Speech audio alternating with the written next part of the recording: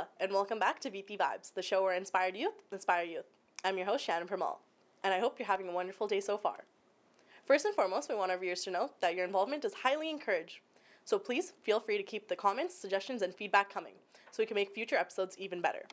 Not only this, but as a youth-led show, we want to let you know that opportunities for Fijian youth to be on our show and on our team is available. So stay tuned to the end of the show to find out how. This week, we're focusing on some important topics related to all things mental health. We should all know how important it is to manage our mental well-being, and like the saying goes, mental health is mental wealth. Unfortunately, the reality is that mental health is a topic that is still stigmatized and not fully understood by all members of our Fijian community, which is why our show has introduced and implemented a segment titled Mental Mindset. But before we get to that, allow me to introduce to you our special guest for this episode. Today, I'm joined by Viti Vibes, and we are discussing the topic of men's mental health. So please have a look. Let's go, yeah. All out of state, doing it then they never seen that. Ain't fat, dope and snap your fingers, then you lean back. All out of state, doing it then they never seen that. Ain't fat, dope and snap your fingers, then you lean back.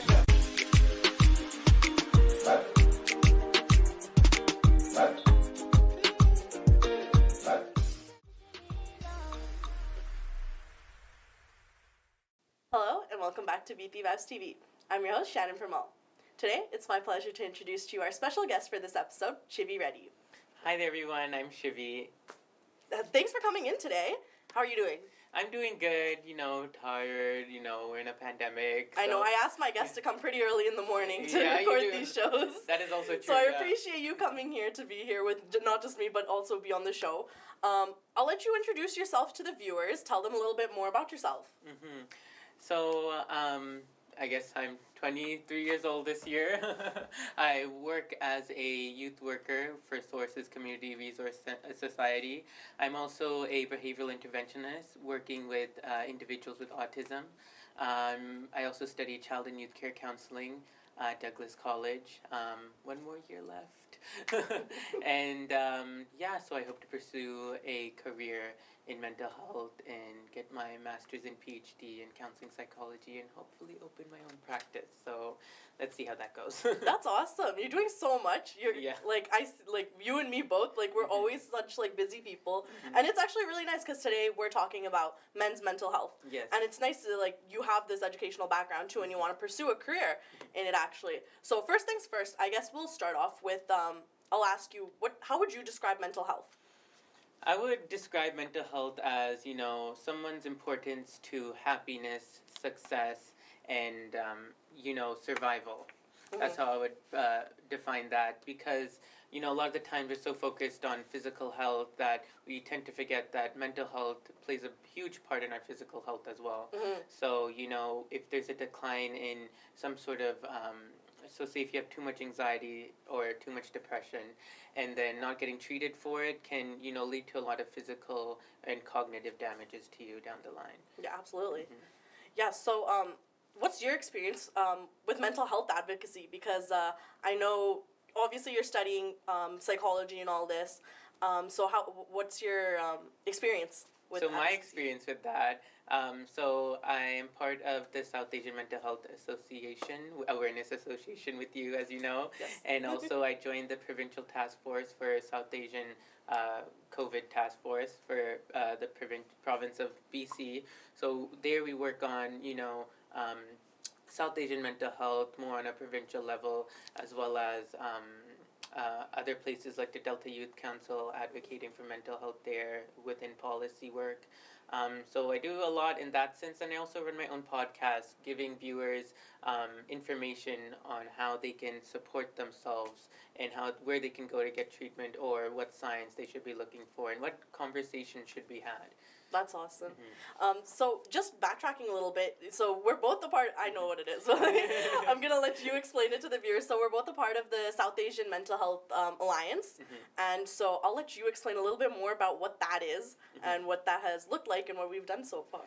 So what that is that Kulpreet, his last name is Singh, right? Singh, yeah. Yeah, Kulpreet Singh, he organized the South Asian Awareness Association. So this year, or last year really, he invited the Indian diaspora, so people from Indo-Fijian descent, the Indo-Caribbeans, and he gave us opportunity to learn more about mental health within our communities and giving us more skills and techniques and giving us the awareness we need and working within our communities. So big kudos to him. Thank you. And we basically work on, self-advocacy, advocating in our communities, getting knowledgeable with substance abuse and addiction, and as well as just bringing in the community and breaking these stigmas and barriers around mental health. The journey with South Asian Mental Health Alliance has definitely been an interesting one, especially because I was more on the planning side of things, You were. aside from like being a part of it as well. So it's been quite interesting because we were originally supposed to go on that retreat, Yeah. and then COVID happened, and then we Uh-huh. never went. We But never- basically, it's like mental health training for Indo-Fijian youth. The cohort was supposed to be last year's, but it kind of moved over to this year. We've been Yeah. kind of meeting through Zoom, making things work as well as they can, Exactly. given the means that we have so Yes, far, exactly, right? Yeah. But so far, we actually did that one picnic. I was just thinking, it's almost been 1 year I since know, that yeah, picnic. 1 year. I was like thinking about it, like, I think the last time I saw was at the picnic. Yeah, with it's me. literally been a Yeah. while since I've seen you. Mhm. And like we did, what was it? Overdose response training. Yes, At that, and exactly. we got like the opioid, The naloxone. naloxone kits. Yeah. Yeah, we did naloxone response training. Yeah, Mhm. so that was super cool. So yeah, aside from that, sorry, there's like a little flying thing here, but yeah, aside from that, so we get to talk about like a lot of like mental health issues related to like the Fijian community. But today I want to ask you a little bit more about like men's mental health. So I want to ask, the first thing I'm going to ask is what are some common, I guess, mental health issues that men struggle with that you think? So one of the I'd say it would have to be generalized anxiety and depression, even though these are more so diagnosed within women, but men are least likely to get treated for it, so that's where it becomes a problem. As well as substance abuse and addiction. These are negative coping mechanisms that, a lot of men use, especially in South Asian homes, Yeah. to help them cope with their, mental health concerns instead of talking about it due to the stigmas and the barriers that are around it. Yeah, I was gonna like definitely touch on substance use, especially because I think like I'm talking from like a woman's perspective. Obviously, like I can't see it from your side of things, but like I guess for me, not for me, but like from the way I see it is that like men are always like they have to experience this toxic masculinity. Masculinity, yeah. Yeah, and it's like you kind of have to just be this buff, tough guy in order to like seem like you're, like I guess like above like society or like that you're doing your job as a man. Yes, so that's, I see masculinity as more so a social construct. A lot of Absolutely. a lot of people tend to see it as a personality. Yeah, but or it's like not a really. visual, like you have to Yes. be like some big tall guy with Yes, muscles, exactly. right? Like exactly when you see, in like modeling pictures and stuff, the skinny girl and everything, the masculine man. Yes. Like, so it becomes such a struggle for men because they have to live up to those standards of masculinity. Yeah, so that's definitely like a bunch of different things that come and like make up this construct. I like how you said it. It's a social construct because it really there is no Yeah. one like cookie cutter thing that you Exactly. could expect out of it, right? So my next question is actually why do you think mental health for men isn't taken as seriously? Well, it's not taken seriously because of masculinity and because of a lot of cultural beliefs and socio-political beliefs as well. Men's mental health is not necessarily on the forefront due to they have so much, they have so much to burden, I guess, especially coming from a South Asian home. Yeah. Taking care of your parents, getting married and then being successful and then not being able to have feelings like, men don't cry, man up, and things like that. So that's why throughout the years in South Asian, communities, they have put on this false narrative that men cannot have feelings or emotions or cry. So then that's why there's not so much being talked about in terms of men's mental health. Yeah, so I was gonna actually ask about that like whole phrase. So like that whole thing that we're like man up. Do you think it's a term that we still like we need to get rid of? Like, how do you feel about this term when you hear it? I think it needs to be gotten rid of. Yes, exactly. Because what does it really mean to man up, right? Like, Right? because if you're trying to follow the the masculine perspective, then okay, yeah, man up, but not that's not necessarily healthy. What is healthy is being able to man up in the sense that. Express your feelings, express your vulnerabilities, reflect on yourself and see how you can improve yourself through your mental health. If anything, that's what man up should mean. That was actually beautifully said. Thank That you. is very well said. So my next question is, in regards to the Fijian community especially, how do you think men's mental health is viewed and handled within this community specifically? I say it's a struggling topic. Especially coming from the Indian diaspora, there's a lot of intergenerational trauma, which leads to a lot of alcohol abuse, especially in the Indo-Fijian community. So I feel like it's not really talked about much. What they would say in our community is, oh, go pray more. Oh, go to the, go to the mandir. Yeah, you don't go to the mandir too often. Go to the mandir, yeah. Maybe you'll learn something, enlightenment. Oh, you need that man-to-man talk, I think, and stuff like that. Bhagwan's gonna save you or I know, something, right? yeah, Like, God's gonna save your mental health, yes. I mean, like, to each its own. Spirituality Yes. definitely helps, It right? does.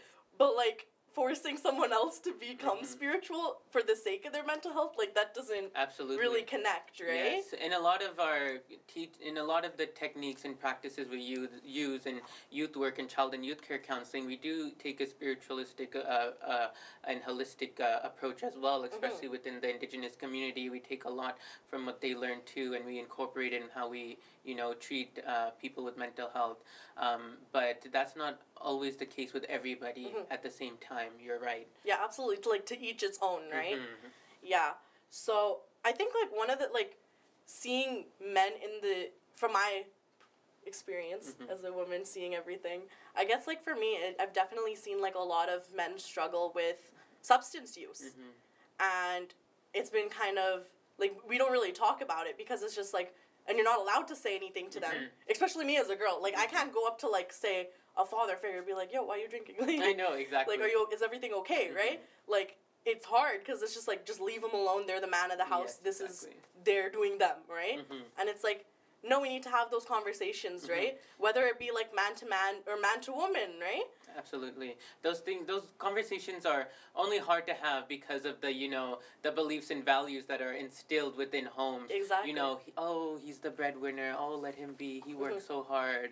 I'm like, okay, he works so hard, but at the same time, if you're working so hard, you need to take care of yourself as well and the people around you, because if you struggle with substance abuse, guess who else that is affecting? That's affecting everyone else in the home as well, and their mental health as well. Exactly. It's like monkey see, monkey do. Like, you Exactly. have your children, too.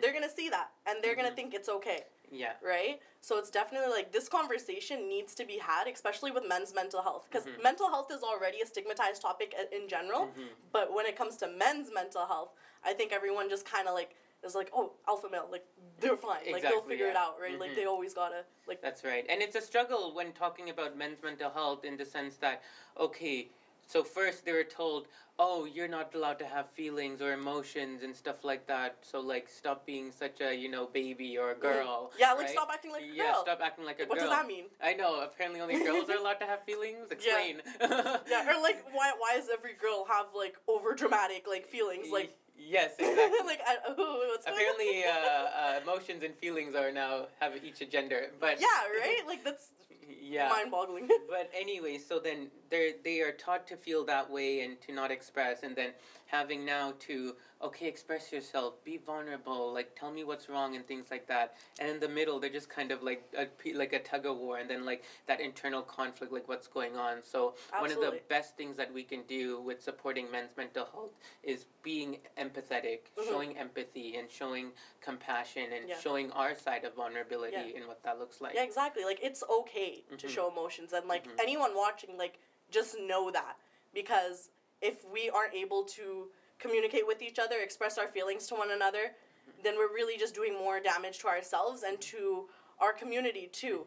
because this does like it's intergenerational trauma and like these beliefs that we carry throughout generations too, Absolutely. right?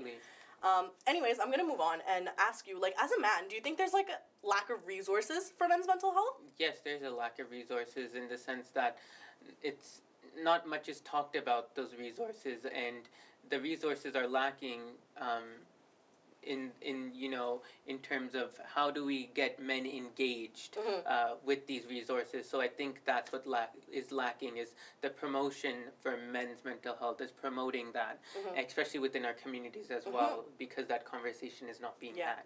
Absolutely. Like even in our cohort for the South Asian mental health youth ambassador training, like we do have like guys in the group, but you can clearly see that like there's definitely more females in the group compared to guys.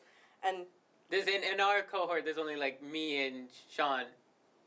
There's actually like 4. Oh, really? 4 or 5. Yeah, but like I wasn't counting like timing schedules, they're all different, right?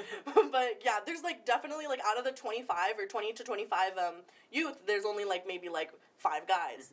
And it shows that like clearly like men don't feel comfortable to be a part of like these sort of things and advocate for mental health, right? Because these conversations need to be had so that way they feel comfortable, right? That's just at least what I think. So, no, I agree, yes. Yeah.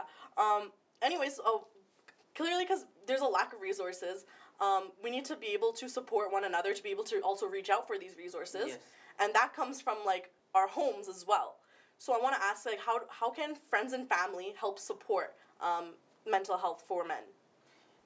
It is a tough struggle, I will say that, in the sense that a conversation needs to be had, and sometimes conversations don't go as sweetly. So having to sit down and talk about your feelings and just having a moment of showing your vulnerability, in the sense that vulnerability means strength and not shame. Vulnerability means truth. It means, support. So showing the vulnerable side of, hey, this is how I'm feeling right now, and this is what I'm struggling with. Can you meet me halfway? Yeah. I need to talk about this because I'm super concerned for you, and I see that right now our relationship is being affected by this. So just having an open conversation is what gets the ball rolling sometimes, and then finding the appropriate resources as well, especially like with South Asian men's mental health, finding the appropriate resources for them. So in terms of translations, language, and everything like that.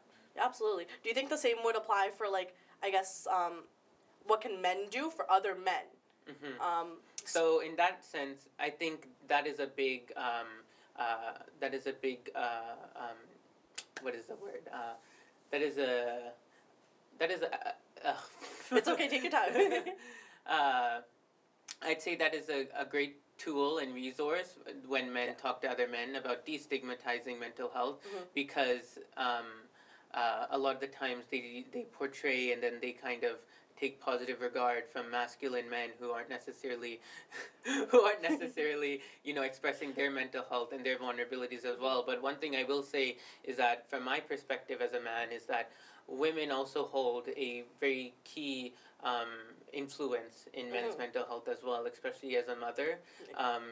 Hearing from your mom, it's okay, to cry, or instead of, stop crying, or stuff like that, man up. So women have a major influence because there's that inferiority complex, and especially as being a mother to, a male, your influence as a mother is very important and shows great significance in men's mental health, whether you provide them that comfort and that empathy, or whether you don't. It's cause and effect, really. That's some great insight. I never would have thought about like the mother role and being able to, like, in that sense, like I never really thought about it when like coming to this, like to ask you, right? But that's great.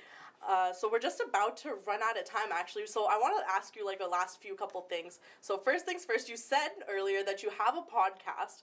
Talk a little bit more about that. Let the viewers know what that's all about and how can they tune in. So I run a podcast called Perspective Conversation. I'm on Spotify, Overcast, a whole bunch of other ones I do not remember. But you can follow my Instagram at perspective_convo on IG. And yeah. So I talk a lot about social constructs, a lot about mental health, and other things just like this. So, yes.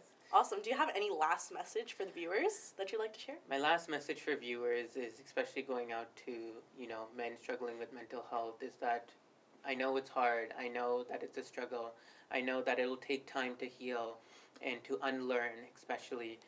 Just know that there are resources out there, that people like, me and Shannon are out here to help support you, and that when you're ready, we'll be here, and the resources are there out for you, and our hearts go out to you, in terms of we want you to be successful.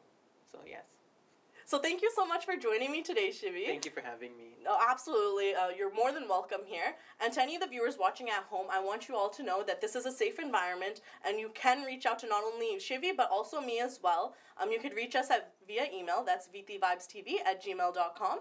And you could also reach out to Shivi, and I'll let you say your tag. So my Instagram tag, Perspective Convo on Instagram. Make sure to DM me, listen into the podcast, gain some insight, and I hope that, you find what you're looking for. So thank you for joining me, and thank you all for watching so far. We'll be right back after this. Let's go.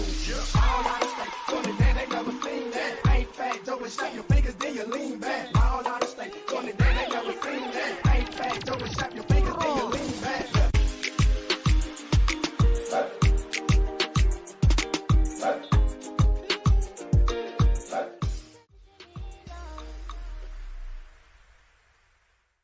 Thank you, Shivi, for joining me today this week. Up next, we have our lovely host of Mental Mindset, Tasha Chan. Today, she'll be talking more specifically about depression, so please have a look. Hello, everyone. Welcome to this week's Mental Mindset. I'm Tasha Chand, a neuropsychology student and mental health advocate, here to talk to you today about depression. Well, first, what is depression? Well, depression is defined as a low, sad state that's marked by significant levels of sadness, lack of energy, low self-worth, etc. And it's a mood disorder. Some people also experience mania alongside depression. Now, mania is essentially a state of euphoria or frenzy activity where that person feels like they're on top of the world and they can do anything. However, there is also unipolar depression, which is essentially depression without the history of mania. And approximately 8% of US adults battle through unipolar depression, and 20% go through unipolar depression at some point in their life. Now, there are emotional, motivational, behavioral, cognitive, and physical symptoms related to depression. Emotional symptoms being feeling miserable, empty, not being able to experience much pleasure. Motivational symptoms being having less drive, having a lack of drive and lack of initiative. Behavioral symptoms include being less active, being less productive. Cognitive symptoms include that individual holding negative viewpoints of themselves, and physical symptoms, which includes headaches or just general body aches. Now, depression not only looks different person to person, but it also can be different for that specific individual. You may go through a depressive episode that you just experience one symptom, and then you may go through a depressive episode where you experience many more symptoms, if not all of them. So that is why sometimes it's hard for people to distinguish if they're going through depression or if they're having a depressive episode or not, because it looks different every time. So if you are someone who thinks that they may be going through depression or is exhibiting some of these symptoms, and you don't feel comfortable going to therapy or seeing a psychologist, please talk to your loved ones. Lean in on your support system. You just need that one person that will actively listen to you, that will be there for you, that person that cares for you and loves you. So please speak out. Please voice your emotions, your feelings, and what you're going through. There is always help out there. You are not alone, especially in BC and across Canada. But in BC, there are support lines such as the BC Suicide Support Line and Mental Health Support Line. Depression, it's not a joke and it should be taken seriously. So please, if someone in your life comes to you and says, hey, I've been experiencing these things, I don't really know what's going on, please be a listening ear. So I hope you are all doing well, physically and mentally as usual, and I will see you all next time.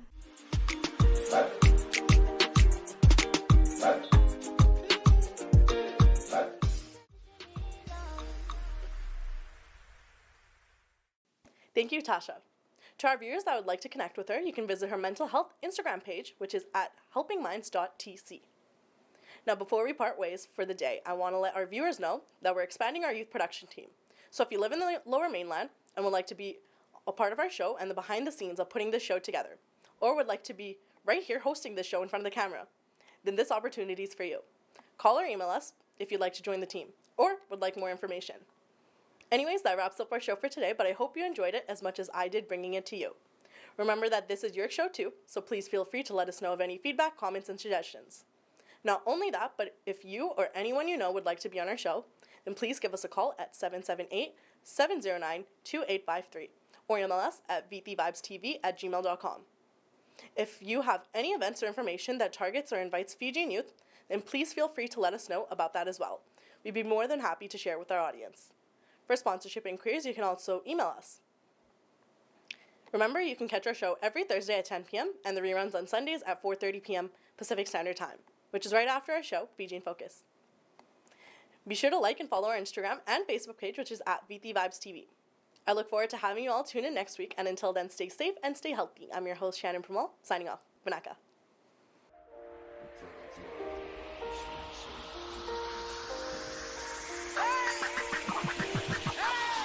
Let's go.